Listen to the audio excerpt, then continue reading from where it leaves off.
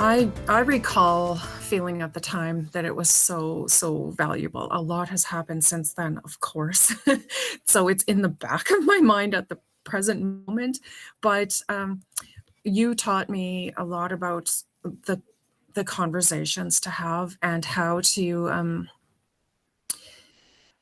approach a teacher to let them know that what they're doing is worthy, but to nudge them in the right direction or in another direction, not necessarily the right one or whatever, but one that we've identified as wanting to head there.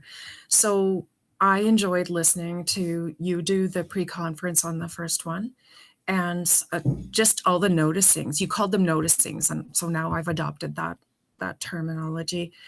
Just all the noticings that you wrote down. I recognize that they kind of boosted the morale of the teacher because the teacher recognized that they were being noticed for the things they were doing. Okay, so that's something I've continued on with on a daily basis. When I walk through classrooms, I comment on noticings that maybe they've been doing them a long time, but that I think are noteworthy and worth bringing up, and it seems to build a relationship with the teachers. Then I really liked how you asked the teacher to set a plan for what they would like us to notice in the observation. And even though sometimes the plan that they set out, what they wanted us to notice, wasn't quite what we were hoping, I liked how you, through observations and discussion afterwards, you would nudge back to what we were kind of hoping to talk about.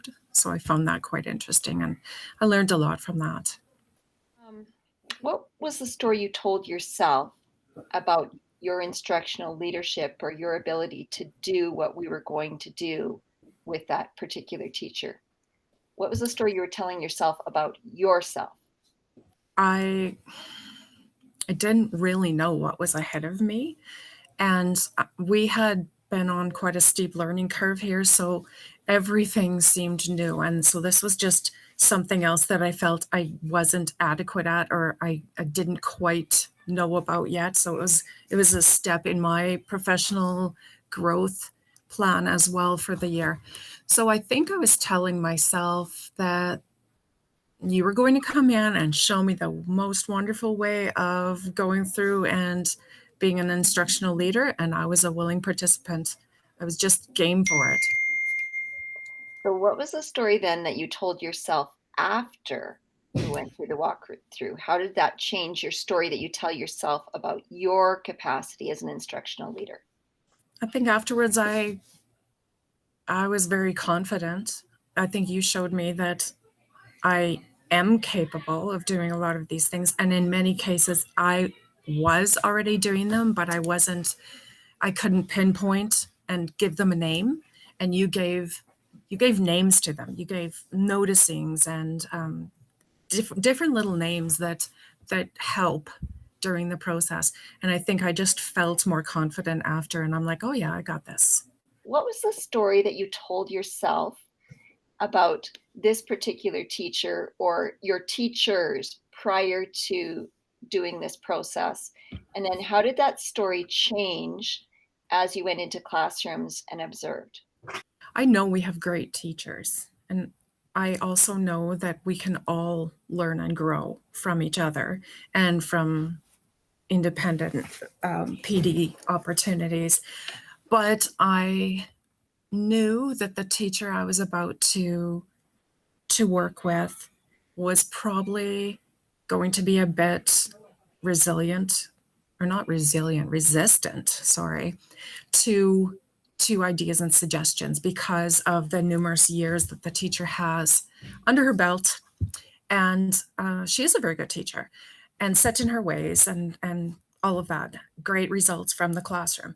But I think afterwards I realized with the teacher, together we realized that we have so much learning and growing to do, and that just because something is successful for us at the moment, it doesn't mean that we can't grow and change and lead in a direction that might help students in their plight for success. Yeah, so what I'm hearing you say is the story you told yourself before we went in is that this teacher was going to be difficult, was going to be resistant. They didn't see the need to grow, the urgency to grow. They thought they were good, and Yes, you were anticipating that this teacher was not going to be welcoming to any feedback by either one of us. right. She So was doing it as a favor to me and totally fine. She's like, oh, yeah, I'm a master teacher, basically. And yep, my class will be great, no problem.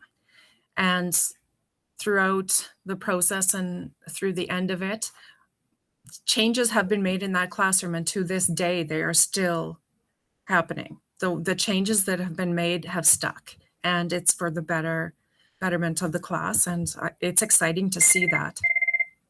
yeah, so I love about what you're saying is that you changed the story that you're telling yourself about that teacher, but that teacher also changed the story Mhm. that she told herself.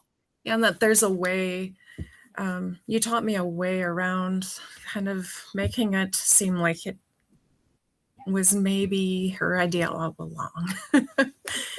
And that's powerful. Yeah, that was a little tricky. Yeah, yeah. But it kind of worked. And even to have the comments afterwards about how she appreciated some of the feedback and appreciated being given the chance to show how she did things and have feedback on that, but definitely appreciated a different way of looking at things, which I never expected out of her. I don't think you did either.